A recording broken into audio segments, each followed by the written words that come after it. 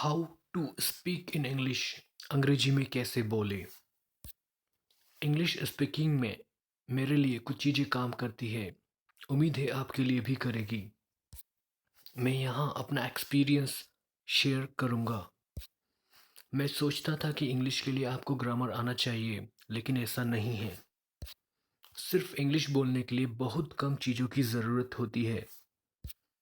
अभी वो secret share करने जा रहा हूँ, जो अगर आपने फॉलो किया तो आप अगले 1 घंटे से इंग्लिश बोलना स्टार्ट कर सकते हो, वो भी बिना रुके। और एक ही हफ्ते में इंग्लिश इतनी फर्राटेदार से बोलना चालू कर दोगे कि आप तो हैरान होंगे और बाजू वाला भी हैरान हो जाएगा।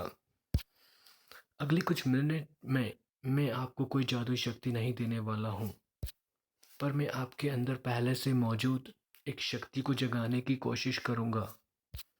अगर आप वो शक्ति जगा लेंगे तो निश्चित तौर पर आप इस वीडियो के ख़त्म होते ही फर्राटेदार इंग्लिश बोलना चालू कर दोगे। मुझे लग रहा है कि मैं आपका थोड़ा सा समय ले रहा हूँ, पर मैं आपको ठीक से ये सीक्रेट समझाने की कोशिश कर रहा हूँ। अब मैं सीक्रेट आपके सामने शेयर करने जा रहा हूँ। देखो, आप अगर फर्राटेदार इंग्लिश बोलना चाहते हो तो इंग्लिश में बोलना चालू करो। मैं मानता हूँ आप सोचोगे कि मैंने गलत बोल दिया, तो इट्स ओके। गलत बोलोगे तभी तो उससे आप सही को ढूंढने की कोशिश करोगे। मैं मानता हूँ आप बीच में अटकोगे, मतलब आपको शब्द ही नहीं मिलेंगे कि मैं इसे इंग्लिश में कैसे बोलूँ। जब आपको शब्द नहीं मिलेंगे या आपकी स्पीकिंग में गैप बनेगा, तभी तो आप उसे फील करने के लिए इंग्लिश प्रोग्राम देखोगे, न्यूज़पेपर्स में से वर्ड्स ढूंढोगे या किसी भी तरीके से उस शब्द को बोलने की कोशिश करोगे जो आपकी स्पीकिंग गैप्स को फील कर देगा। इसलिए इंग्लिश शोज़ को देखते रहो, वो आपकी स्पीकिंग गैप्स को फील कर देंगे और आपकी लड़खड़ाती इंग्लिश कब फर्राटेदार हो जाएगी आपको पता ही नहीं चलेगा।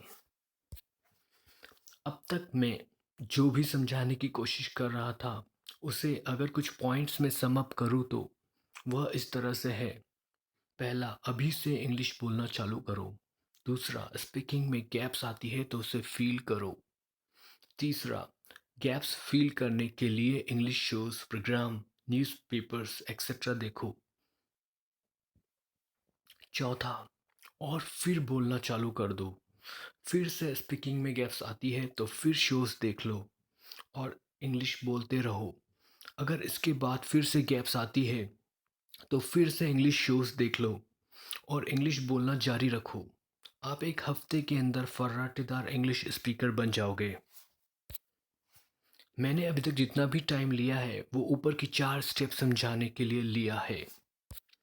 मेरे लिए भी इंग्लिश शुरुआत में टेढ़ी खीर थी, पर जब मुझे रियलाइज़ हुआ जितना मुझे आता है वो भी फर्राटेदार इंग्लिश के लिए काफ़ी है, तो सब आसान हो गया। ऊपर की 4 स्टेप्स में मैंने सब कुछ शेयर कर दिया है।